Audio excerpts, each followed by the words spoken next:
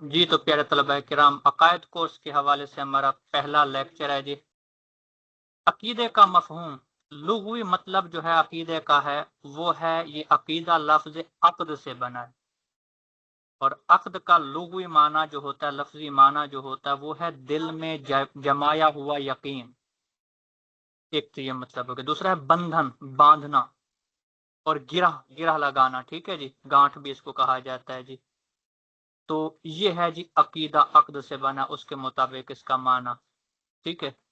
تو کہتے ہیں چنانچہ مضبوط چیز کو گرہ یا عقد کہتے ہیں۔ آگے یہ منجد کے اندر اس کی وضاحت کی گئی ہے جی۔ تو وہ بات جس پر دل و دماغ پختگی سے قائم ہوں، جس کو انسان دین سمجھتا ہو اور اس پر پختہ یقین رکھتا ہو، اس کو عقیدہ کہا جاتا ہے۔ اصطلاحی معنی کیا ہے جی اس کا؟ یہ تو ہوگا لغوی معنی لغت کے اعتبار سے۔ اصطلاحی معنی یہ ہے کہ وہ دینی نظریہ جو مضبوط ہو، جس پر وثوق ہو، وثوق یہی پختگی، ٹھیک ہے جی، مضبوط ہو، وثوق ہو، جس پر دل بغیر کسی شک و شبہ و تردد کے جم جائے، ٹھیک ہے جی، ایسا دینی نظریہ جس پر دل بغیر کسی شک و شبہ و تردد کے جم جائے، اسے عقیدہ کہتے ہیں۔ یہاں پہ عقیدہ اسلام کے حوالے سے پڑھیں گے۔ تو عقیدے کی تعریف اب کر لیں تو کہتے ہیں یہاں پہ مختلف اعتبار سے اگر ہم کریں تو ایک تعریف اس کی یہ بھی کی جا سکتی ہے کہ دین کی ایسی پختہ اور یقینی بات جس کا تعلق عمل سے نہیں بلکہ اعتقاد سے ہوتا ہے، عقیدہ کہلاتا ہے۔ اعتقاد جو ہے نا دل کے اندر، ذہن کے اندر ہوتا ہے، ٹھیک ہے جی، تو عمل سے اس کا کوئی تعلق نہیں ہوتا۔ مثال کے طور پر اللہ تبارک و تعالی نے حکم فرمایا کہ بھی نماز کیا ہے جی، فرض ہے۔ ایک شخص ہے وہ نماز کے اوپر یقین تو رکھتا ہے، اس کا پختہ ارادہ یہی ہے، پختہ یقین یہی ہے، اعتقاد یہی ہے کہ بھی نماز فرض ہے، لیکن وہ پڑھتا نہیں ہے، ٹھیک ہے جی، تو عمل سے اس کا کوئی تعلق نہیں ہے، پڑھے نہ پڑھے اس کے حوالے سے الگ اس کی چیز آ جائے گا، ٹھیک ہے جی۔ تو دین کی ایسی پختہ اور یقینی بات جس کا تعلق عمل سے تو نہیں ہوتا بلکہ اعتقاد سے ہوتا ہے، اس کو عقیدہ کہا جاتا ہے۔ اور عقیدے کی جماعتی عقائد، عقیدہ ایک اور عقائد کئی، ٹھیک ہے جی، کئی جو ہے وہ دینی نظریات، ان کو عقائد کا نام دیا جائے گا جی۔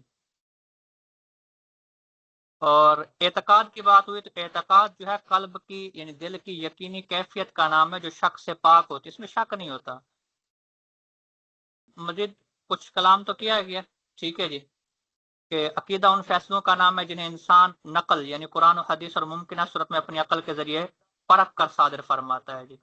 تو عقیدہ جو بھی ہوگا قرآن سے بھی ثابت ہوتا ہے، حدیث سے بھی، اور ممکنہ صورت میں بعض اوقات انسان اپنی عقل کے ذریعے بھی اس کو جانچ پڑتال کرتا ہے، پھر صادر کرتا ہے جی۔ تو اب مثال کے طور پر یہاں پہ کہا کہ قرآن بھی ہے، حدیث بھی ہے، اور اپنی عقل بھی ہے۔ تو اگر کسی انسان کی ذہنی پختگی اور مضبوطی نقل اور عقل کے مطابق ہے وہ، ٹھیک ہے جی، تو عقیدہ صحیح و حق کہلائے گا۔ پھر جیسا کہ اللہ تعالیٰ کی وحدانیت پر پختہ یقین کہ اللہ تبارک و تعالیٰ ایک ہے جی، روز آخرت قیامت کا دن ہوگا، اس پر ایمان وغیرہ۔ اور اگر نقل کو چھوڑ کر محض عقل کو بنیاد بنا کر کسی باطل امر پر ذہن پختہ ہوا تو یہ عقیدہ باطل کہلائے گا، ٹھیک ہے جی۔ تو کہتے ہیں عقیدہ انسانی زندگی میں بڑی اہمیت رکھتا ہے۔ عقائد کی اصلاح و درستگی کے بغیر انسان کا اچھے سے اچھا عمل بھی اللہ تعالیٰ کی بارگاہ میں مقبول نہیں۔ تو جس بندے کا عقیدہ درست ہوگا، کیونکہ یہاں پہ انہوں نے پیچھے بات کی ہے، عقیدہ کس کو کہتے ہیں؟ عمل کا اس سے کوئی تعلق نہیں ہوتا، اور یہ عمل سے چیز پہلے آتی ہے۔ تو اگر کسی بندے کا عقیدہ ہی درست نہیں ہے تو وہ لاکھ نمازیں پڑھے، لاکھ زکاتیں ادا کرے، ٹھیک ہے جی، اس کا کوئی عمل قابل قبول نہیں ہوگا۔ تبارک و تعالیٰ قرآن پاک میں ارشاد فرماتا ہے اپنے رب سے منکروں کا حال ایسا ہے کہ ان کے کام ہیں، ان کے کام ہیں، اس کی یہ آگے بریکٹ والی جو ہے نا، یہ تفسیر خزانہ العرفان ہے، جن کو وہ نیک عمل سمجھتے تھے، جیسے کہ محتاجوں کی امداد، مسافروں کی اعانت، بیماروں کی خبرگیری وغیرہ، کیونکہ ایمان پر مبنی نہیں اس لیے وہ سب بیکار ہیں، اور ان کی مثال ایسی ہے جیسے راکھ کہ اس پر ہوا کا سخت جھونکا آیا آندھی کے دن میں اور وہ سب اڑ گئی اور اس میں سے کچھ باقی نہ رہا۔ یہی حال کفار کے اعمال کا کہ ان کے شرک و کفر کی وجہ سے سب برباد اور باطل ہو گئے اور ساری کمائی میں سے کچھ ہاتھ نہ لگا۔ آگے چلتے ہیں عقیدے کی اہمیت احادیث سے کیسے ہے جی۔ اس کے حوالے سے یہاں پہ احادیث کو بیان کیا گیا۔ پہلی حدیث پاک یہاں پہ بیان کی سیدنا ابن عائذ رضی اللہ تعالیٰ عنہ سے مروی حدیث مبارکہ میں ہے، آپ فرماتے ہیں کہ ایک جنازہ حاضر ہوا، پیارے آقا علیہ الصلوۃ والسلام نماز جنازہ پڑھانے کے لیے تشریف لائے۔ جب نماز جنازہ پڑھانے لگے تو حضرت عمر رضی اللہ تعالیٰ عنہ نے عرض کیا، لا تصلی علیہ یا رسول اللہ فإنہ راجل فاجر، یعنی یا رسول اللہ صلی اللہ علیہ وآلہ وسلم اس کا جنازہ نہ پڑھائے کیونکہ یہ شخص فاسق و فاجر ہے۔ تو یہ جب بات سنی پیارے آقا علیہ الصلوۃ والسلام نے پیچھے مڑ کر دیکھا اور نمازیوں سے پوچھا، کیا تم میں سے کسی نے اس کو اسلام کا کوئی کام کرتے دیکھا؟ ایک صحابی نے عرض کی، یا رسول اللہ صلی اللہ علیہ وآلہ وسلم میں نے اس کو دیکھا ہے، اس نے ایک دن اللہ عز و جل کی راہ میں پہرا دیا تھا۔ یہ سن کر رحمت کائنات صلی اللہ تعالی علیہ وآلہ وسلم نے اس شخص کا جنازہ پڑھا دیا اور پھر اس کو قبر میں اتارا، اور جب اس پر مٹی ڈالی تو فرمایا، اے میرے عزیز، ٹھیک ہے، اصحابک یظنون انک من اہل النار وانا اشہد انک من اہل الجنہ، یعنی تیرے ساتھی گمان کرتے ہیں کہ تو اہل دوزخ میں سے ہے، لیکن میں گواہی دیتا ہوں کہ تو اہل جنت سے ہے۔ پھر فرمایا، اب میں حدیث نہیں پڑھا، ترجمہ کر رہا ہوں، اے عمر، بے شک لوگوں کے اعمال کے متعلق سوال نہیں ہوگا بلکہ فطرت یعنی عقائد کے متعلق پوچھا جائے گا۔ تو اس حدیث مبارکہ سے یہ بات واضح ہوتی ہے کہ نجات کا دار و مدار کس کے اوپر ہے جی؟ عقیدے کے اوپر، عمل نہیں، عقیدہ۔ عقیدہ درست ہوا تو بخشش کی بہت بڑی امید ہے، ورنہ خرابی ہی خرابی ہے۔ چنانچہ ملا علی قاری علیہ رحمہ اس حدیث مبارکہ کے شرح میں مرقات المفاتیح میں فرماتے ہیں کہ اعتبار فطرت اور عقیدے کا ہوتا ہے۔ الحمدللہ رب العالمین، اس مرنے والے کا چونکہ عقیدہ درست تھا، اس لیے باوجود اس کے کہ سیدنا فاروق اعظم اس کے فسق و فجور کی گواہی دے رہے ہیں کہ یہ تو فاسق و فاجر ہے، اس شخص کو بارگاہ نبوت صلی اللہ تعالی علیہ وآلہ وسلم سے بخشش و نجات کی نوید مل گئی۔ اب اس سے آپ خود اندازہ لگا سکتے ہیں اس کی کتنی اہمیت ہے، کتنی ضرورت۔ آگے چلیں تو آگے اس کی حفاظت کے حوالے سے یہاں پہ بیان کیا جا رہا ہے جی کہ بحیثیت مسلمان ہمیں اپنے عقیدہ اور ایمان کی حفاظت خوب فکر کرنی چاہیے۔ تو جس نے دنیا سے جاتے ہوئے اپنا ایمان بچا لیا اور کلمہ شہادت پر یقین رکھا، اس کے بارے میں قرآن و حدیث میں صاف لفظوں میں بتا دیا گیا کہ وہی کامیاب ہے۔ اگر بعض گناہوں کے سبب جہنم میں جانا بھی پڑا تو ایک متعین وقت ہے، اس کے بعد وہاں سے نکال لیا جائے گا اور جنت میں داخل کیا جائے گا، جہاں وہ پھر ہمیشہ ہمیشہ رہے گا۔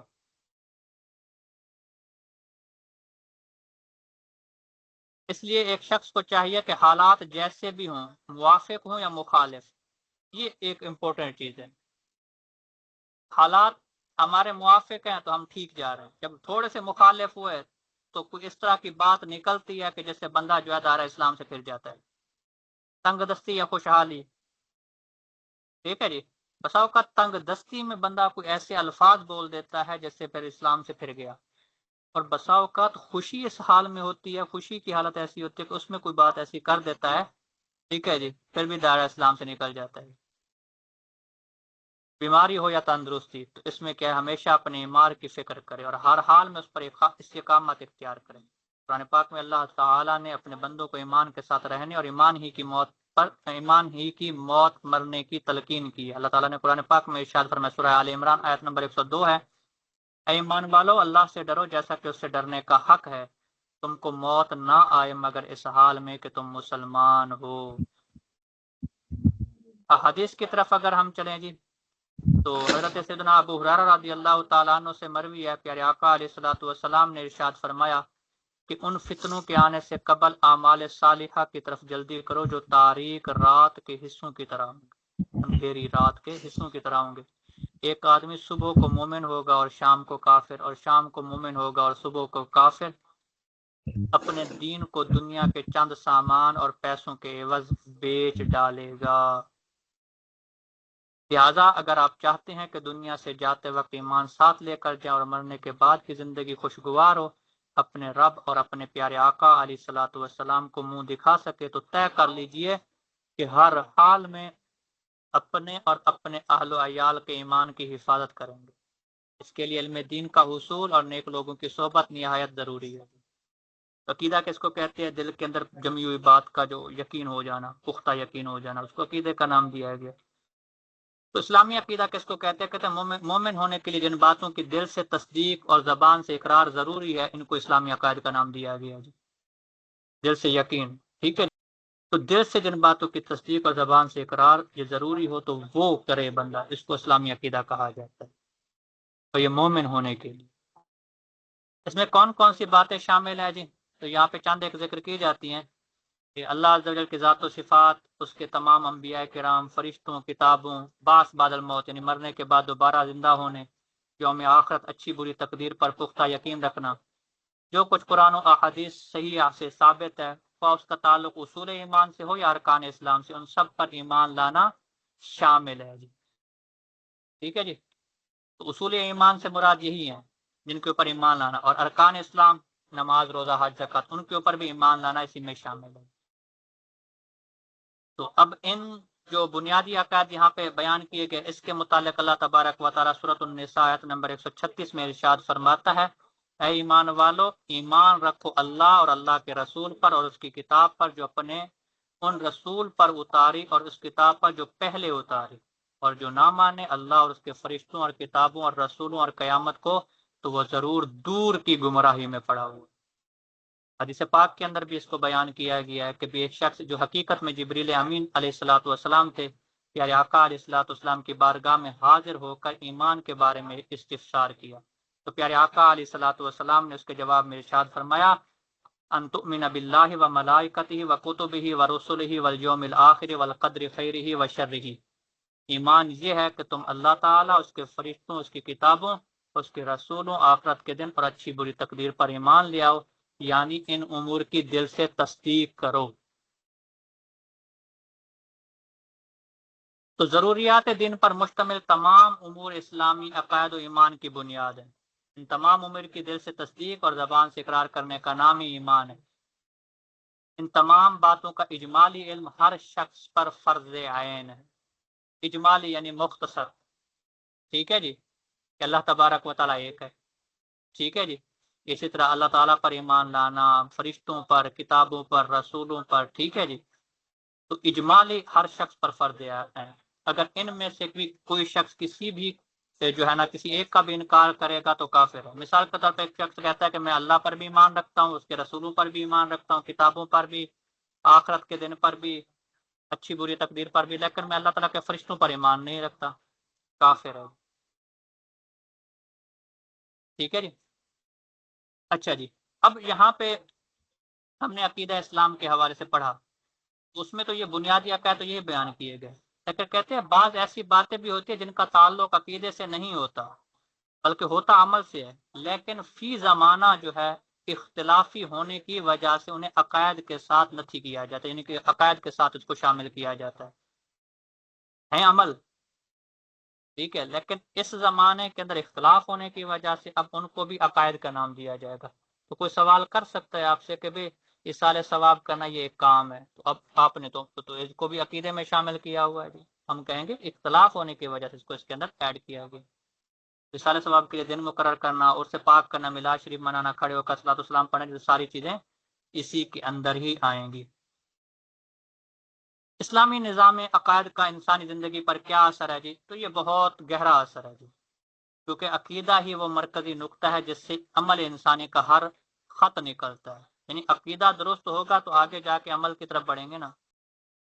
آگے ہر ایک کے اوپر جو ہے نا اللہ تبارک و تعالیٰ ایک ہے، خالق مالک ہے، ٹھیک ہے جی، تو اس کے حوالے سے یہاں پہ کچھ چیزیں ذکر کی گئی ہیں کہ اللہ تعالیٰ کی وحدانیت، خالق و مالک ہونے پر ایمان لانے سے اللہ تعالیٰ کی محبت بڑھتی ہے، اور اس کی شان کبریائی کا دل میں احساس پیدا ہو کر اس کا خوف دامنگیر ہوتا ہے، اور اس کی اطاعت و بندگی پر دل آمادہ ہو جاتا ہے۔ اس طرح رب عز و جل کے رسول اور اس کی کتابوں پر ایمان لانے سے رسولوں کی محبت و عظمت، ان کی پیروی و اطاعت کا جذبہ دل میں پیدا ہوتا ہے، اور اس کے بیان کردہ احکام و مسائل، آداب، اخلاق کو زندگی میں برتنے کا شوق زیادہ ہوتا ہے۔ فرشتوں پر ایمان لانا سے بندہ کو ان کے رب عز و جل کی اطاعت و بندگی سے عبرت حاصل ہوتی ہے کہ دیکھو فرشتے عبادت کرتے ہیں، اور اسے اس بات کا جذبہ ملتا ہے کہ وہ بھی فرشتوں کی طرح اپنے رب عز و جل کی اطاعت کرنا سیکھے کہ فرشتوں کی اطاعت و فرما برداری کے متعلق قرآن پاک میں آیا ہے کہ اللہ تبارک و تعالی فرشتے جو اللہ کا حکم نہیں ٹالتے اور انہیں جو حکم ہوتا ہے وہی کرتے ہیں۔ قضاء و قدر پر ایمان لانے سے نفس کو سکون اور چین حاصل ہوتا ہے جی۔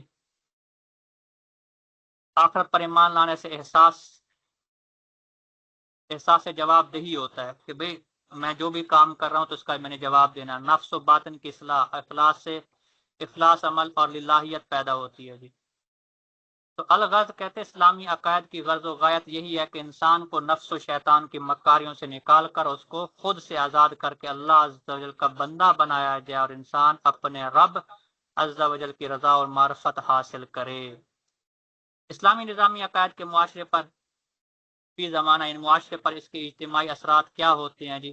پرامن و متحد معاشرہ ہوتا ہے جی۔ ایسا معاشرہ جو اسلامی عقائد کا حامل ہے ہو، اس کے ہر افراد کو اسلامی نظام عقائد پر ایمان و یقین کے ثمرات کے طور پر امن حاصل ہو جاتا ہے۔ اس طرح اختلافات کے باوجود پاکیزہ دل اور محبت و اخوت برقرار رکھنے والا یہ معاشرہ ہمیں ملتا ہے۔